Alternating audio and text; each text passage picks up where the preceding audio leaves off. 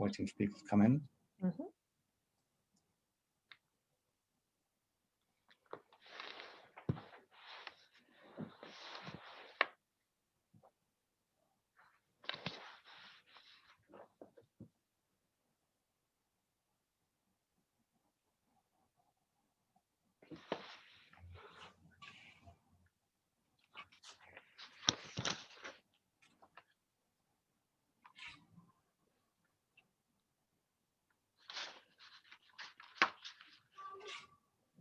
I think I'll kick off. I think there's people still coming in, but we've hit 4 o'clock. So good afternoon, everyone. I'm Anthony Brown, the chair of the APPG on the environment. And as you know, we have regular events about topical environmental issues where we try and promote debate and understanding. And today's event is about the deposit return scheme, which is being introduced in the UK after many other countries have introduced it. So I think I read there's 45 different countries around the world that have one now.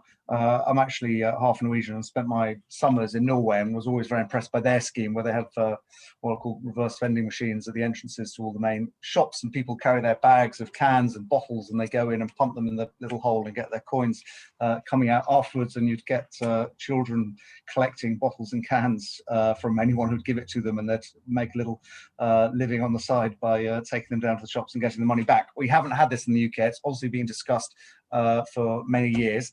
We do have it coming in Scotland, and I'm delighted that Deidre from the Scottish National Party, who's their environment spokesman in Westminster, is here and can talk about that.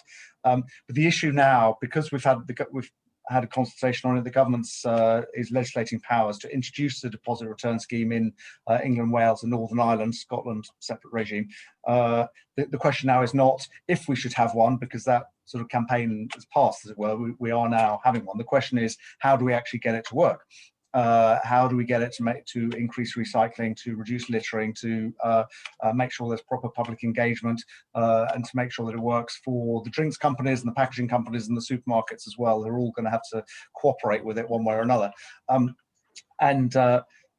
delighted to have guests here. Deidre Brock, I mentioned, from the Scottish experience. We've got Maddy, Haughton-Boakes from the Campaign for the Preservation of Rural England, who've been leading the campaign for DRS for the last decade or so.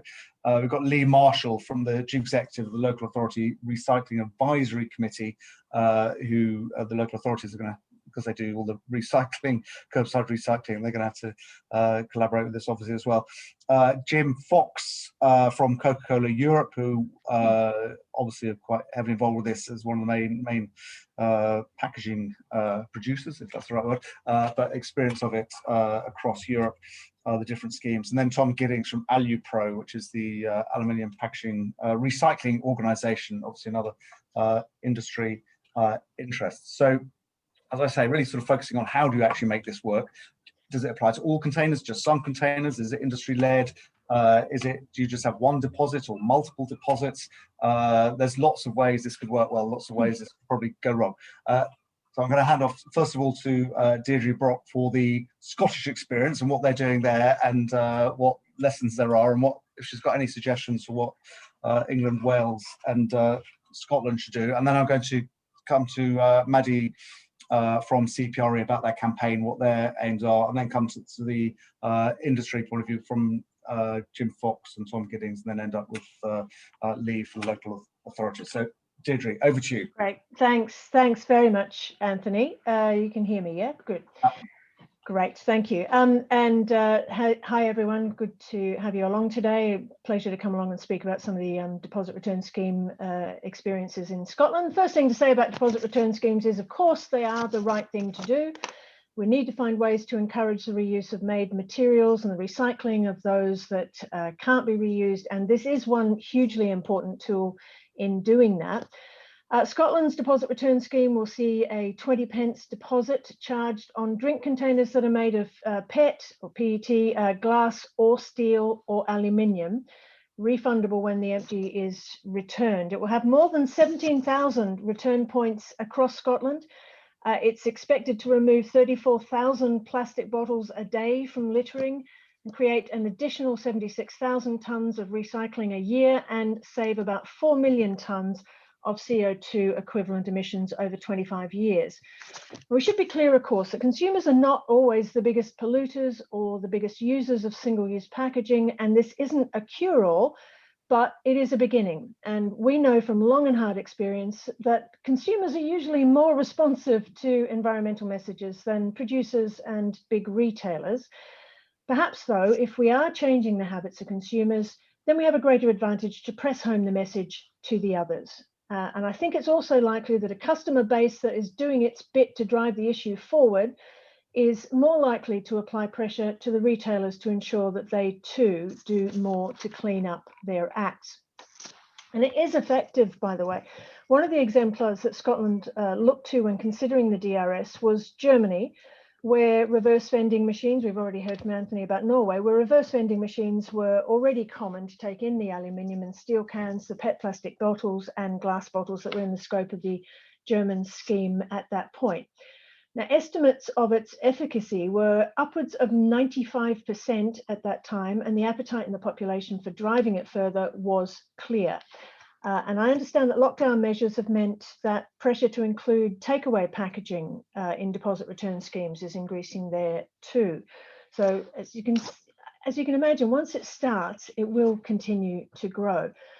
But Germany's schemes also showed benefits for industry. The cost of producing food quality PET from the stuff returned in the DRS turned out to be lower than creating first-time PET. Now, like many, I've been skeptical for some time about whether much of the plastic we turn into recycling actually gets recycled.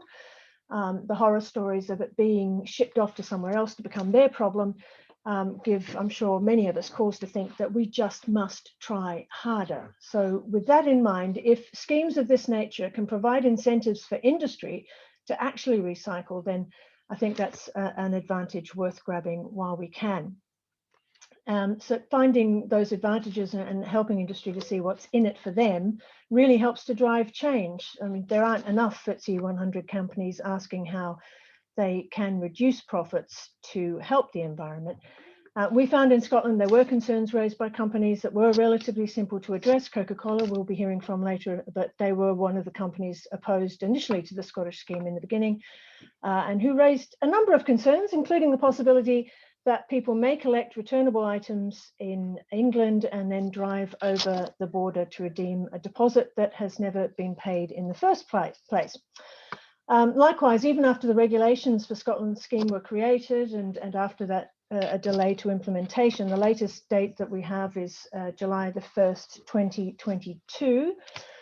Although ministers have said that they are prepared to be flexible about that if required, I think our Cabinet Secretary created an independent gateway review in March to review the impact of COVID on that date. But so far, we are still aiming for July 1st, 2022.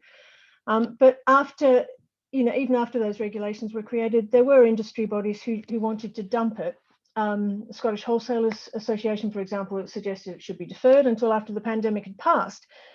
But they are now, however, I'm very happy to report, founder members of Circularity Scotland, which is a not-for-profit organisation and scheme which recently achieved its aim of becoming the scheme administrator. It's industry leaders, a combination of companies and trade associations representing manufacturers, wholesalers, distributors and retailers. And it was created with an aim to be the organisation that delivers on their responsibilities under the scheme. So the scheme administrator will be responsible for, among other things, making sure the DRS is efficient and meets its yearly targets, for organising the collection of empty bottles and cans from across Scotland, handling fees and payment of deposits, and registering retailers and producers. But I think a real lesson for England, Wales and Northern Ireland around all of this, to my mind, is that what is key to getting legislation through is having a government that is very much committed to getting the scheme up and running, and particularly important having a government that is prepared to spend some political capital in getting it there. If ministers aren't prepared to take some pain and some risks, then you're going to end up going nowhere, I think. But equally important, I think, is ministers who are prepared to avoid dogmatic positions which would put them in direct conflict with the industry. There's been a huge amount of consultation with stakeholders across all areas. I think that was a really important feature of what's been happening in Scotland as well. And one of the major changes made was to allow the industry to create that body to carry out the administration of the scheme. The regulator, by the way, is the Scottish Environment Protection Agency, and they have a variety of enforcement tools at their disposal, ranging from the imposition of fees through to, in the most severe cases, of non-compliance and so on, actually reporting it to the Procurator Fiscal and taking it through the court system.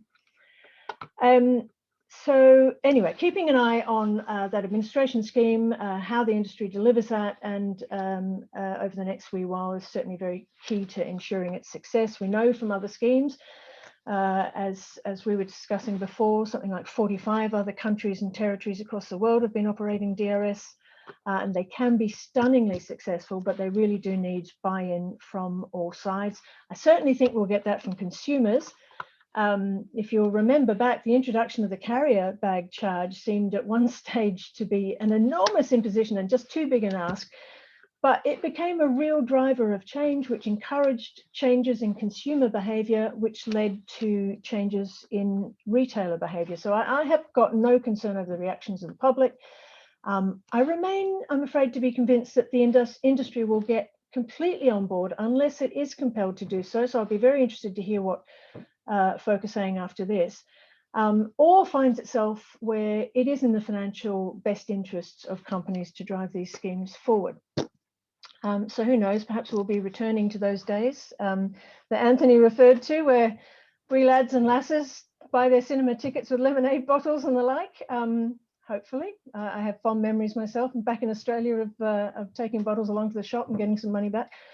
But what is undoubtedly the case is that deposit return schemes are a very good idea, and ultimately in the interests of all of us. And if I can just close with one point, Zero Waste Scotland, which is a not-for-profit environmental organisation funded by the Scottish Government and European Regional Development Funding at the moment, has got chapter and verse on the deposit return scheme in Scotland. So I would thoroughly recommend any of our viewers actually just take a look at that, because you will find answers to many of the questions that you probably have about the scheme in Scotland on that. So Zero Waste Scotland. All right, thanks, Anthony. Okay, thank you very much, Deidre, for that overview from Scotland. We need to make sure that everyone's on side, particularly industry, stand up to special pleading and be prepared to spend political capital for a short time. If you've got questions, please do put it in the chat. That we will have time for questions and answers afterwards. And if I could ask the other panelists to try and keep their contribution to 5 minutes.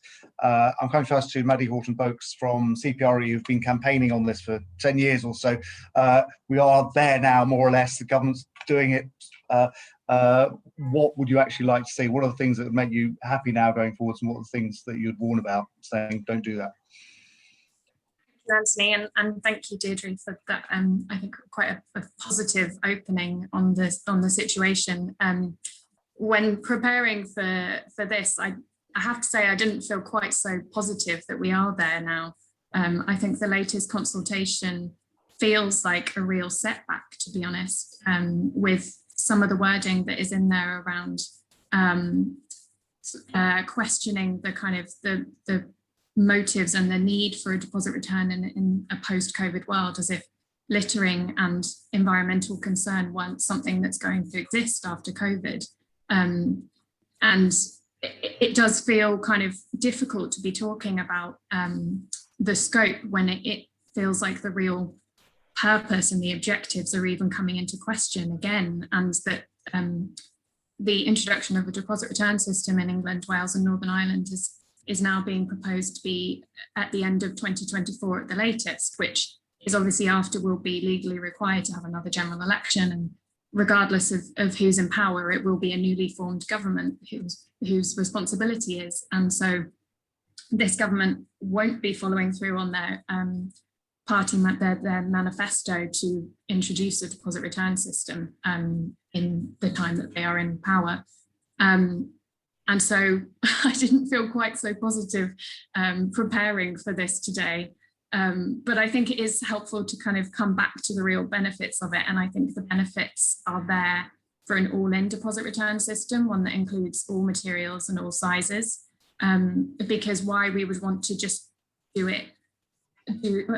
achieve half the benefits, I'm not sure. And we just have to keep focusing on what got us to this point in the first place and what's driving forward a deposit return system to remind us of what's needed. As CPRE, the countryside charity, our motive in campaigning for this for over 10 years is primarily the reduction in litter that it would achieve. And there is no other policy solution out there that would achieve the same reductions in litter that the DRS would. Yes, litter will still exist because it's not just drinks containers that are littered, but there is nothing out there at the moment that can have the same impact. And we know from our litter picks that all materials and all sizes are littered. It's not just the smaller containers. They might be more commonly littered, but why would you want to leave a third of your litter in the countryside? I'm not really sure. And so, yeah, for us, it's really litter that's the driving force behind this. But the benefits go far further than that. As a form of producer responsibility, it's vital that producers are taking responsibility for the products that are put on the market and ensuring that they can be recycled to a high quality. And similarly, as the case with litter, a DRS recycles drinks containers to a far higher quality and in far higher proportions than any other system that's available at the moment. Upwards of 90%, no other system can achieve that we know of and that is ready to go at the moment. So high recycling rates, high quality, massive reductions in litter. And I think we can approach this. A deposit return system is a complex policy, yes, but we can approach it with clarity. And as long as we don't get distracted by snappy slogans and interesting sounding new pieces of technology, and we really focus on what we need to achieve and approach it with that kind of real clarity, including understanding the real risks if England has a separate scope to Scotland and Wales, that there's huge risks there, which I'm sure Jim Fox will talk about, as I know it's a major concern to Coca-Cola. So coming back to the objectives of it, approaching it with simplicity and clarity, and remembering as well that we got to this point in large part because of public pressure around litter and around marine pollution, plastic pollution, and also because of the revelations around what was really happening to our recycling, which Deidre referred to. You know, we've all seen the images of what our carefully sorted recycling from our households ending up being dumped in other countries, and that is still continuing. It hasn't stopped. And a deposit return system, because of the clarity in the system, the monitoring and the ways in which it's run, can far better ensure against that kind of dumping abroad and downgrading.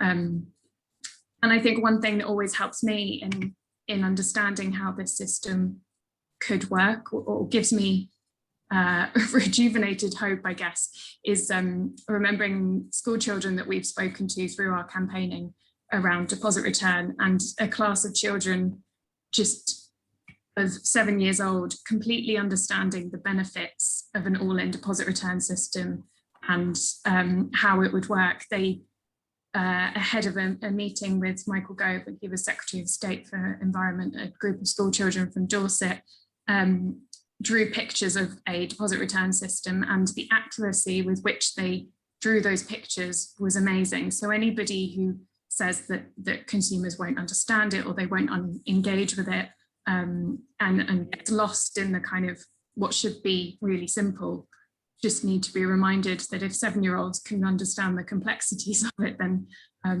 I don't think it's that complicated. Thank you. Thank you. Can I just ask, do you have a view on whether you obviously want an all-in scheme? 2 questions. Would that include takeaways, which is what they started talking about in Germany, according to Deidre? Because I can see that's a lot more complicated. And where do you have a position on reverse vending machines? Do you need those to make it work? Yeah, so on takeaway containers, for us, we would like to start with drinks containers. We think single-use takeaway containers need a solution, but it's a slightly separate solution. Yes, a deposit return system can be scaled up, as is being proposed in Germany, but we need, you know, I'm forgetting what they're called, small charges on single-use items to encourage people to use the reusable options which are there readily available. And in terms of reverse vending machines, they're definitely a core part of a deposit return system. They shouldn't be necessary. There should be manual take-backs over the counter, as is in place in Norway in smaller shops. That option should be available. But also it's important to remember that reverse vending machine technology is constantly improving. And whilst it's really sad that we're so late to the game, there is real benefits here for coming in later and getting that higher technology. So phones, apps and stuff can be connected to reverse vending machines, and we can use that advanced and digital technology to benefit the system here if it ever comes into place. Great, thank you. And then we've got our two industry people. So first of all, Jim Fox from Coca-Cola, who's been studying these systems around Europe, and obviously you'll be heavily involved one way or another. And will you work with it or will you work against it? Jim, you're muted.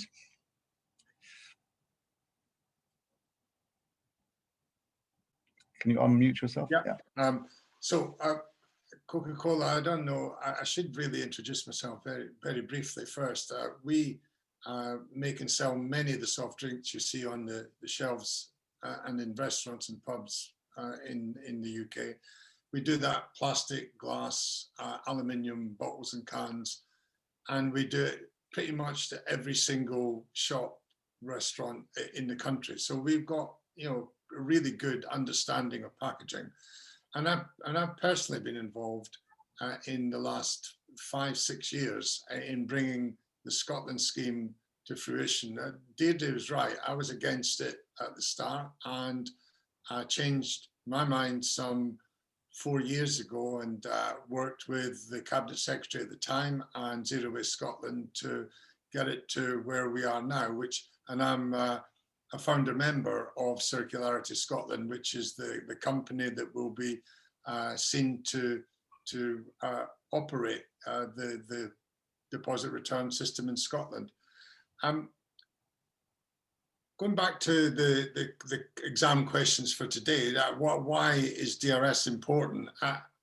We've known, everyone on the call knows for years, you know, that we've treated empty used packaging as something to get rid of, to burn, to export.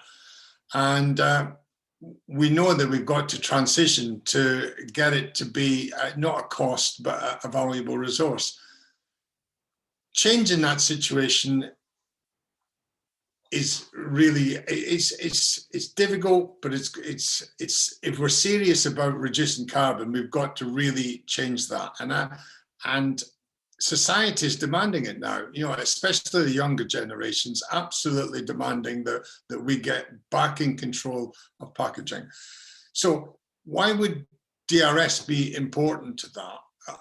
I think that it will not only have benefits on its own, it will certainly collect many more bottles, cans than is collected and properly recycled now, not just collected.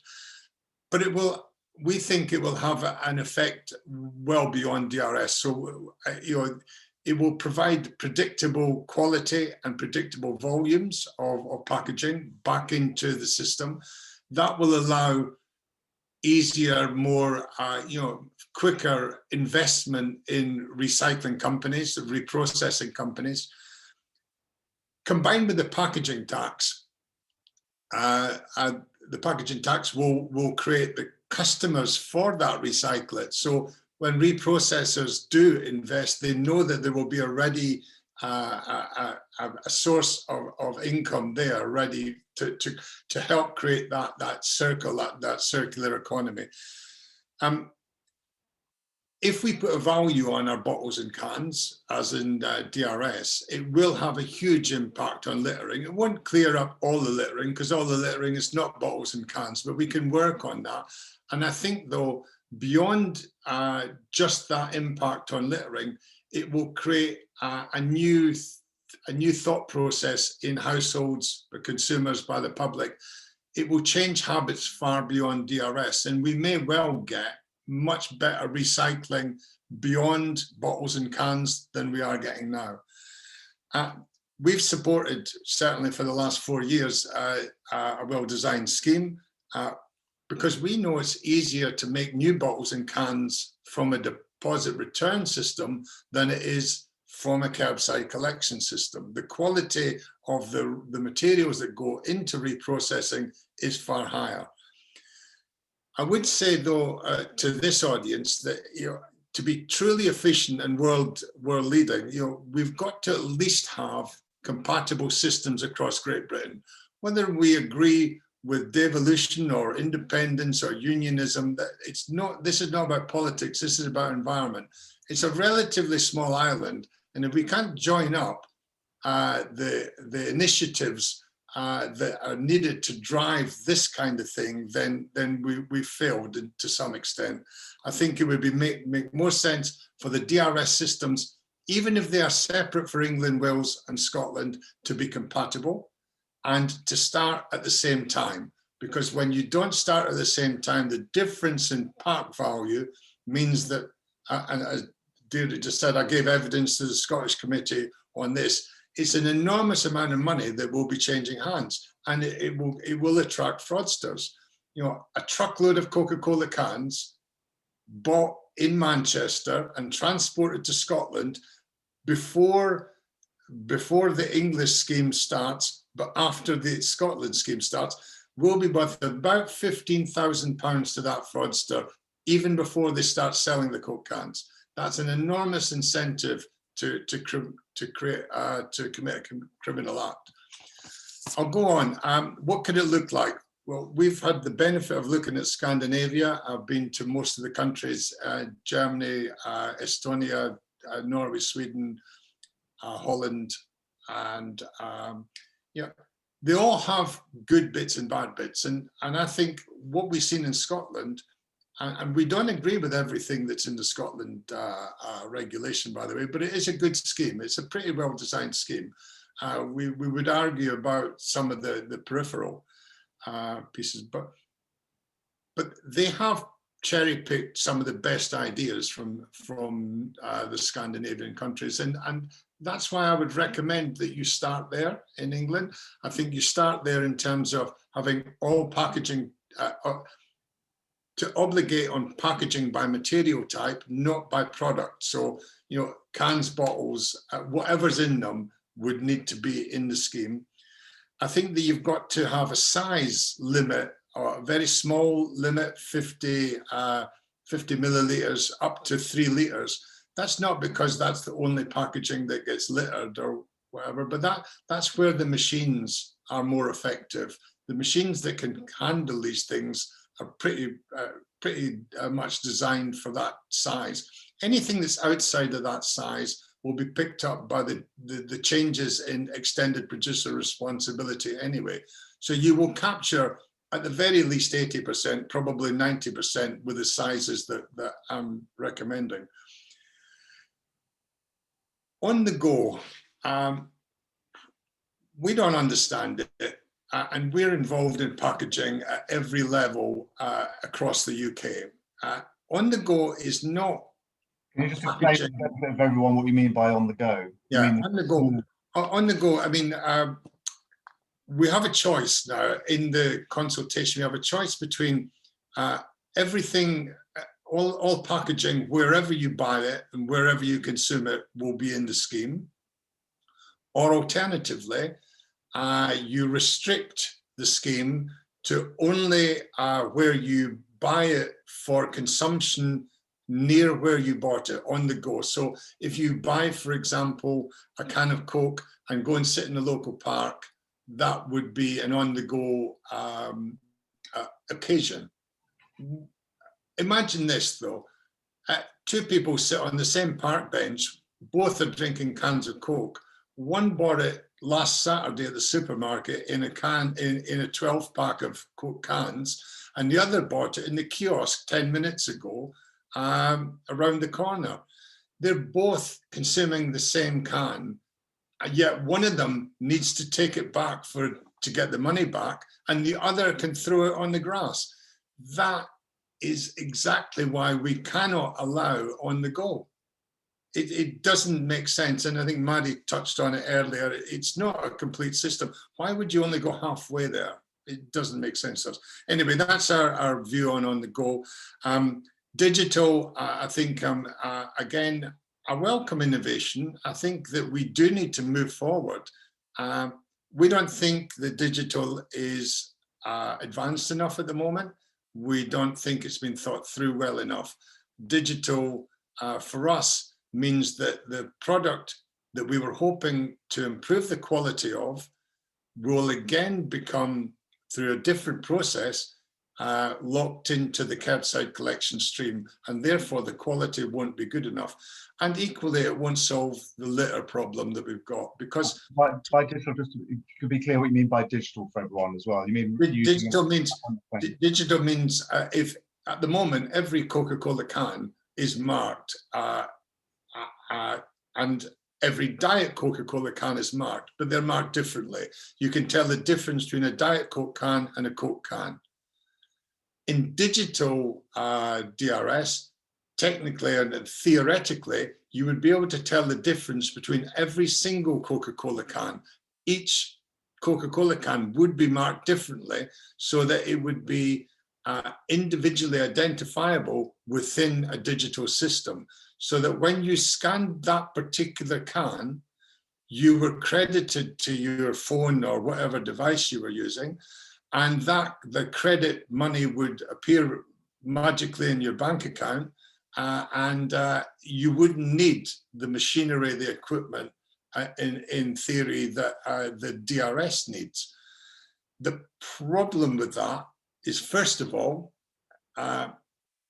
we cannot mark our cans in that way at the moment.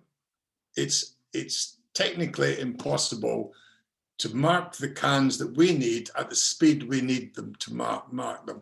There may be other products that are less fast moving than ours that may have be able to mark their cans, but we can't.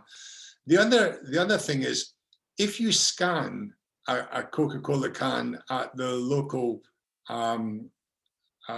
collection bin or your household bin, unless that bin is locked and you cannot retrieve the can, then in fact what you've done is you've created a credit transaction for yourself, but you've not had to put the can in the bin. So you can then take it to the park again to litter it. You will have not created any change. So I think that's the problem we've got with digital. It may well work in the end, and we're not closing our minds to it, but in the timescales we've got to implement a DRS, we don't think that you should be considering that at the moment. It may be something that's complementary in the future, but not for now. I'm going to stop now. I mean, got the role of producers and companies, and I think they're all pretty bog standard, and I think everyone on the call will understand those. And key lessons, though, from Scotland, I think I'll move on to now. I think the one thing that we should be clear of is that industry sees government as one thing, and you guys know that government is not one thing. It's several hundred different things, different opinions. It's the same for industry. When government sees industry as one thing, they're missing the point as well. So when you land us in it by getting us to deliver a regulation, please don't think it's easy for me to speak to Pepsi, to speak to bars, to speak to Highland Spring. We never speak to one another. Normally, it's against the law.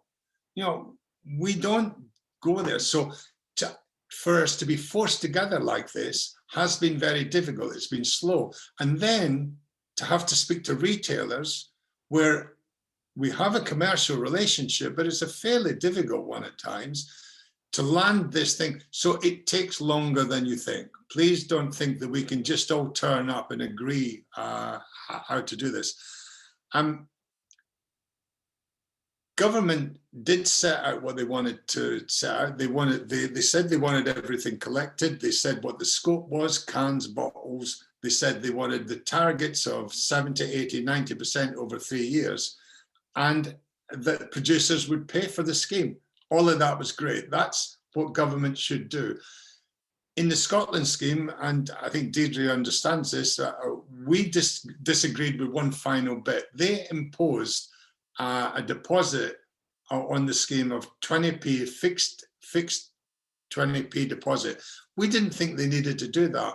Industry could have done that far more effectively, efficiently, and potentially set deposit levels that were different for one pack to another pack, so that it reduced the likelihood of unintended consequences. For example, it's the same deposit for a small can as a large plastic bottle. So you could end up making incentivizing people to move from a small can to a large bottle.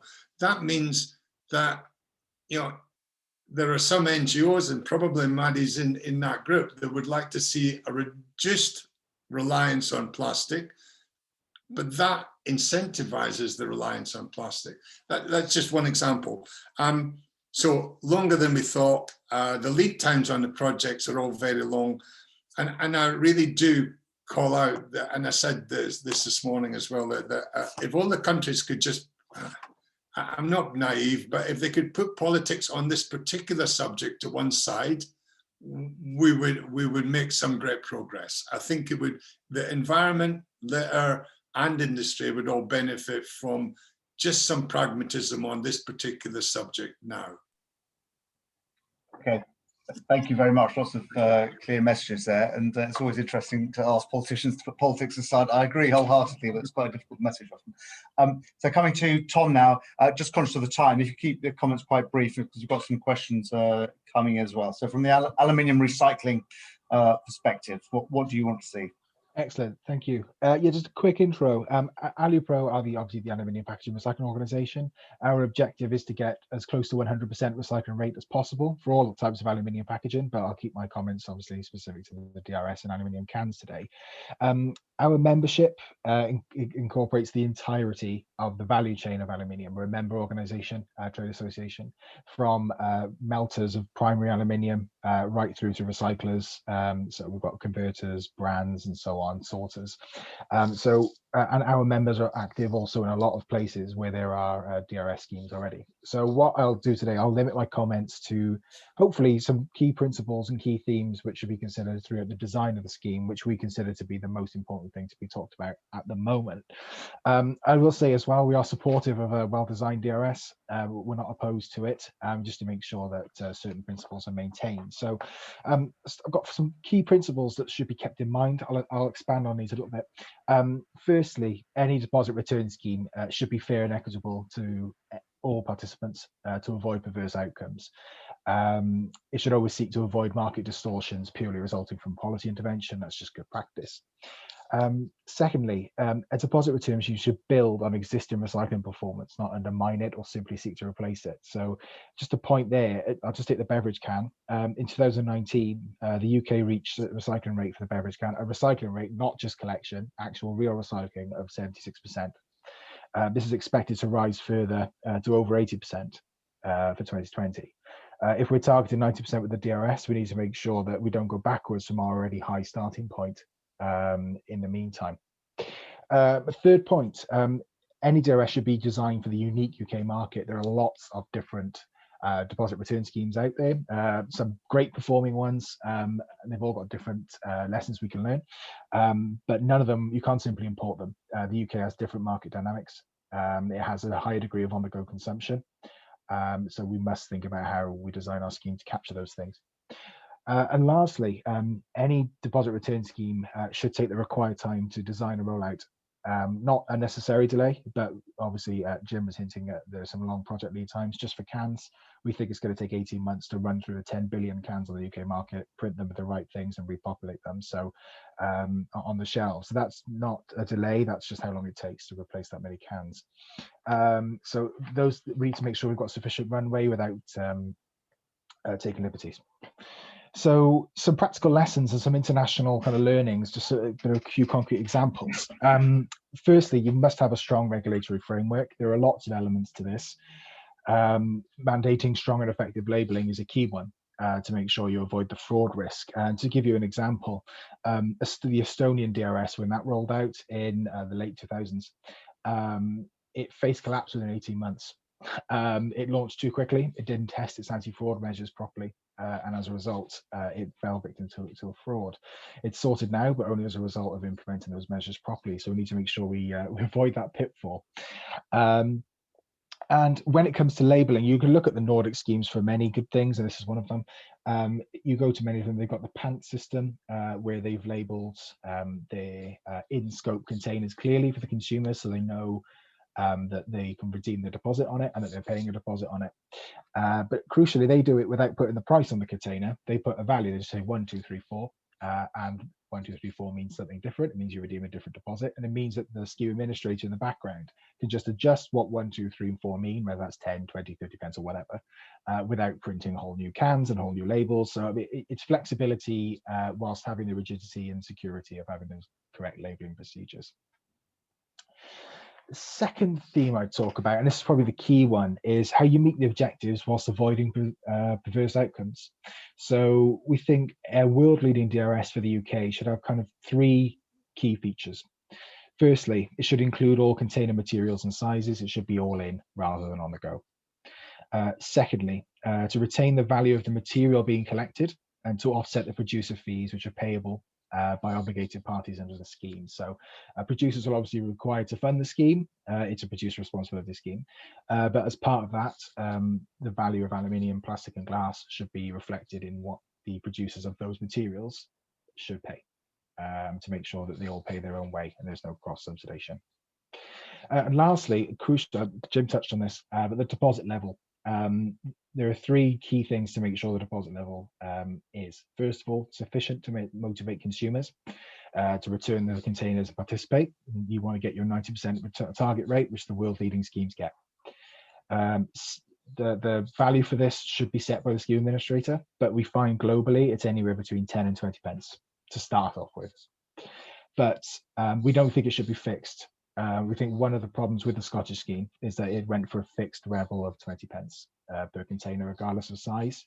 I'm going to expand on some research we've done recently to show that for the rest of the UK, variable deposit would probably be a better outcome, not only for just the aluminium industry, but for the actual scheme itself.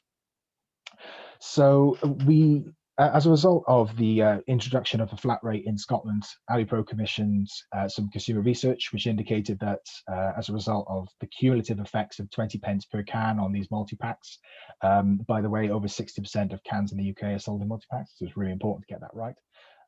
If you had a 24-pack of cans, 20p each, that's £4.80 that you've got to pay on top of the deposit, on top of the purchase price of that multi-pack. Next door to it on the shelf, you'll see 4 plastic bottles. Those each carry 20 pence. That's an 80 pence deposit. Obviously, that's a huge variation in the price increase being levied by the policy. So as a result of that, a consumer survey that we did suggested that 60% of people would switch material from aluminium cans to plastic. Obviously, as the aluminium industry, we're very concerned about that. So we commissioned London Economics, which are an independent think tank, to run a report into comparing a flat rate for the rest of the UK, introducing that versus introducing a variable rate by size, is what Jim was talking about. So a larger container pays a larger deposit, not pounds more, but enough that it offsets some of this discrepancy in the cumulative deposit. One of the key things that came out of that study was that we found that return rates for all materials in the scheme reached 90% by year 2.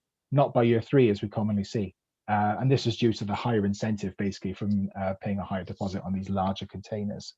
So the variable rate accomplished that objective for the environment, but it also avoids the negative impact we'd see from material switching and a policy distortion. So something that was really key for us is to make sure, and just to think again, concrete examples from abroad, Denmark has a 92% return rate for its containers in its DRS, and it has 3 levels of deposit based on size. So it can be done.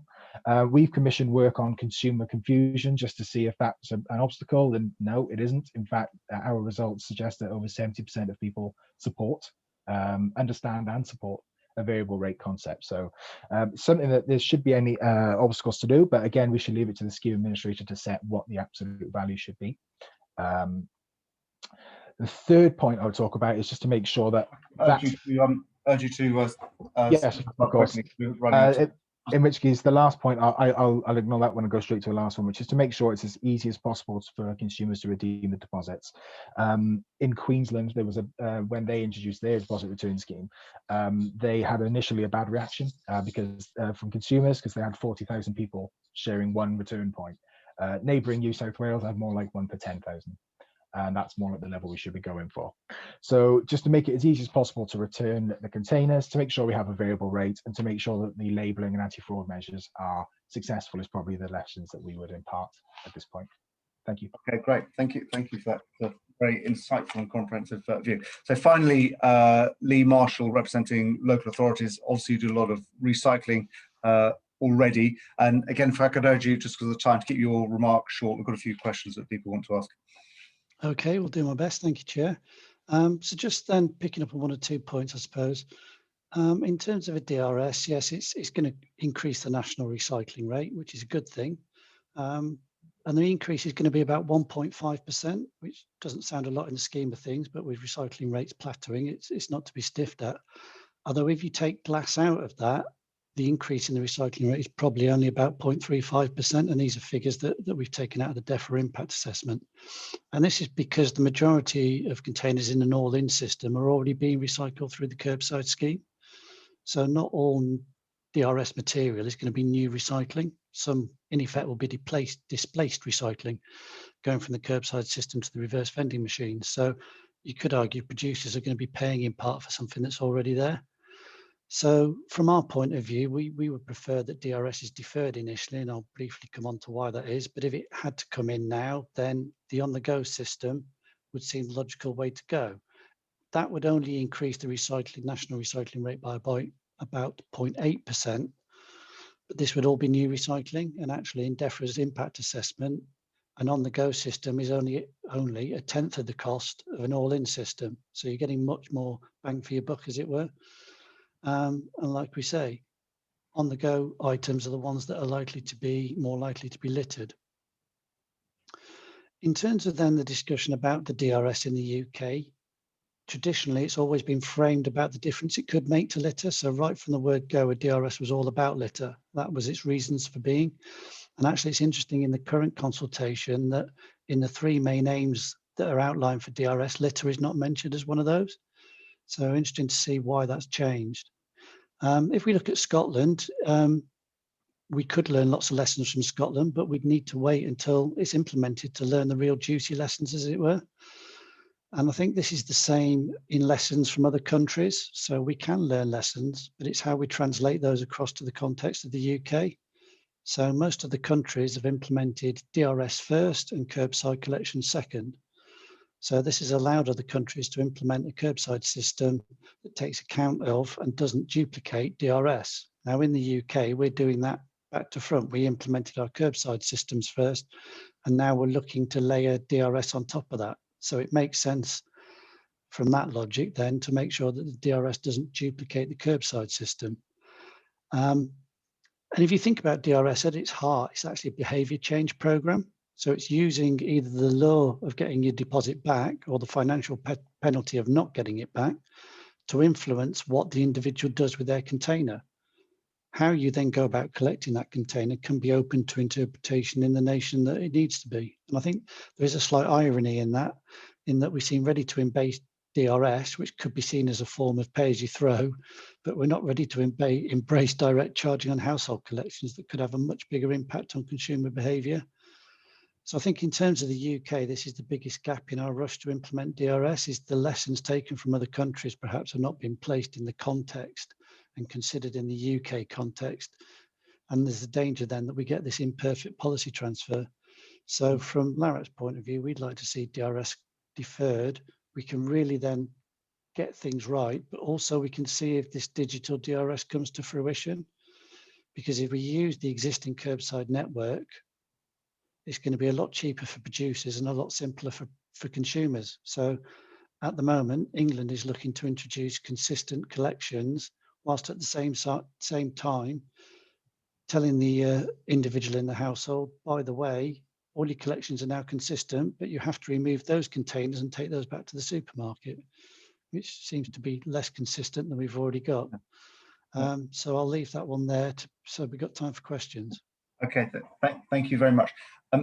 Can I, and thank you for those warnings as well. It's, I want to come to Maddy Haughton-Boakes in a second, but first of all, just to be fair to the, and it's Lord Carrington, you had a question, you were keen to ask a question, and if you could say who the question's to as well. I'm not entirely sure who the question's to. I might as well point it at you, perhaps.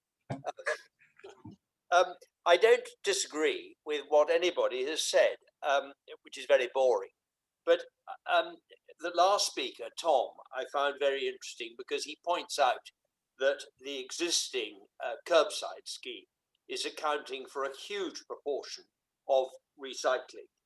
And someone else has told me that the cost of a new DRS scheme could be in the region of 800 to £1 billion.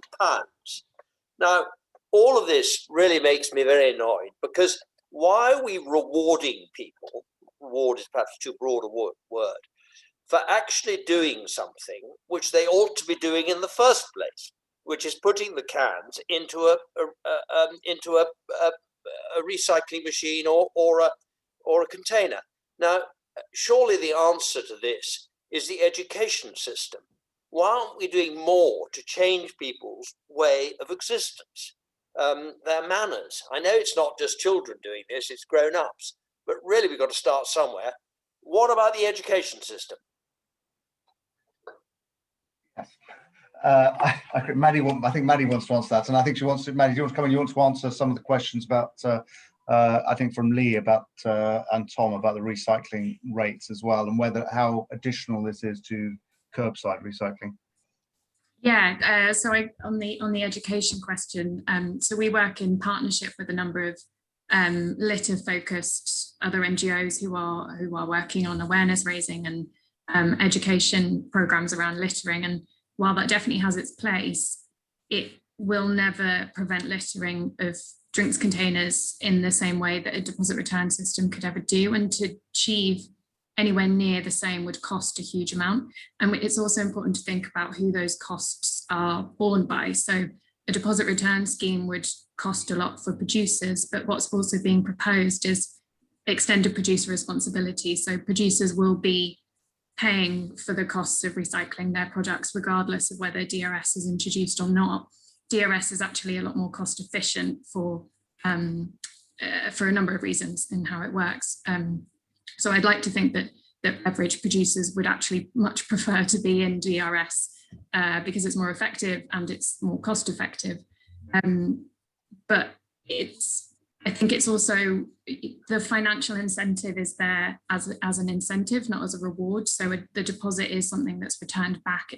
We've never advocated for a reward-based system because we agree people shouldn't be rewarded for just having done the right thing. But in the same way that the carrier bag charge does, it just incentivizes it in a way that an education system, changes in the education system never can do.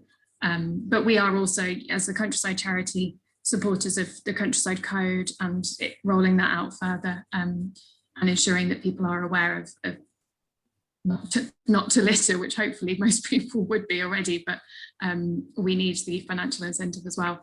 And yeah, sorry, my comment in the chat, and I wasn't sure if panelists have asked questions of each other, but it was a genuine question of Lee's statement that if there was an on-the-go system, that it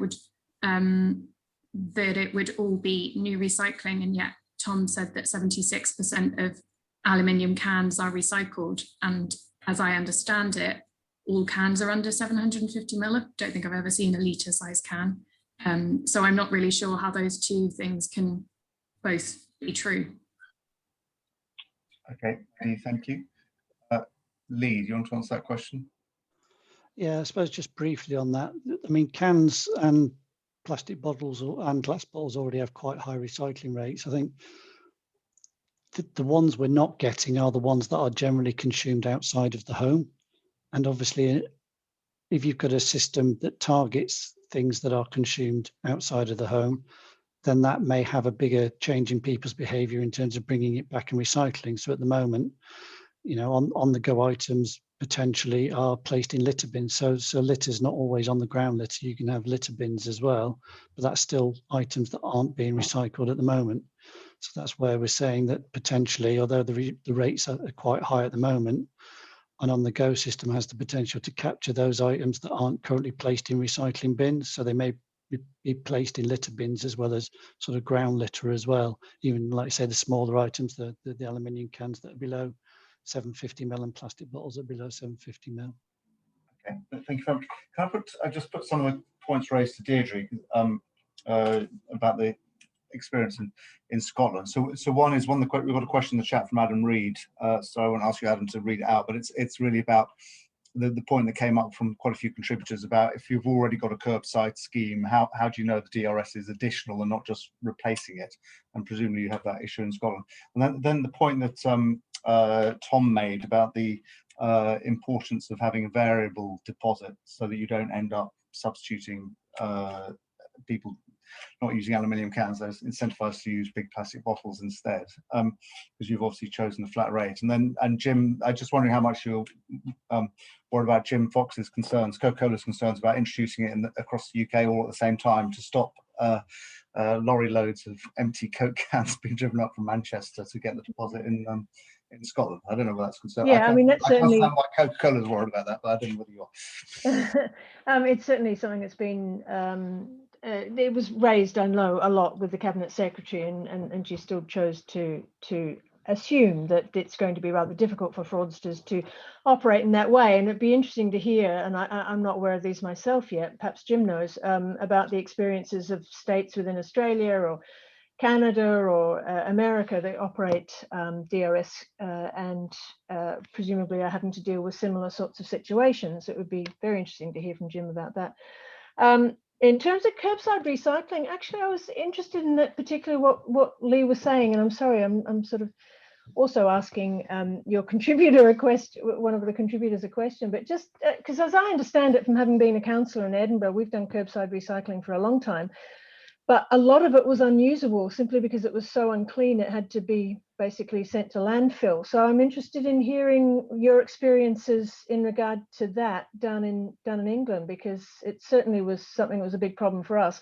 And one of the things I think it's hoped that the DRS schemes with those certain materials anyway will be able to help avoid. And as Jim was saying, you know, the quality of the material that results from the DRS is much higher, and therefore better able to be recycled and you know, more profitable ultimately, I suppose, for those doing that. And what was the last question, Anthony? I'm trying to remember. Just about having a variable deposits. That rate. I mean, I suppose ultimately, and I'm not going to speak for the Cabinet Secretary on this. I mean, Rosanna Cunningham is a very impressive politician, and I'm sure Jim and anyone who's had to deal with her will know that she'll be right across all the details of this.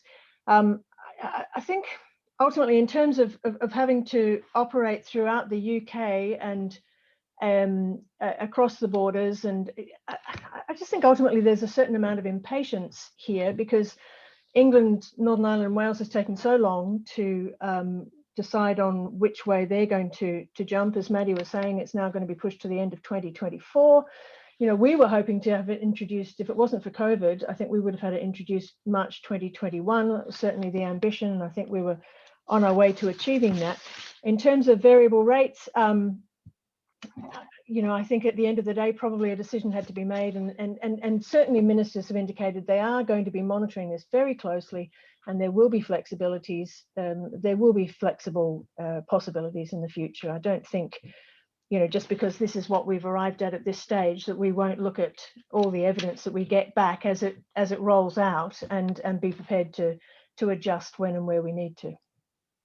Okay, Deidre, thank you very much. We've actually hit 5 o'clock. I'd love to carry on because there's obviously lots of issues to raise, and you've in fact thrown so many things up in the air now. Well, it's fascinating. It's clearly not going to, the discussion is clearly not going to end right away. But I just want to say thank you. I know people got other meetings to go. People have started leaving, but thank you very much, Maddy, Lee, Jim, Deidre, and Tom for your contributions. And I hope the discussion continues. Thank you all very much. Thanks. Bye. Thanks, everyone. Thank you.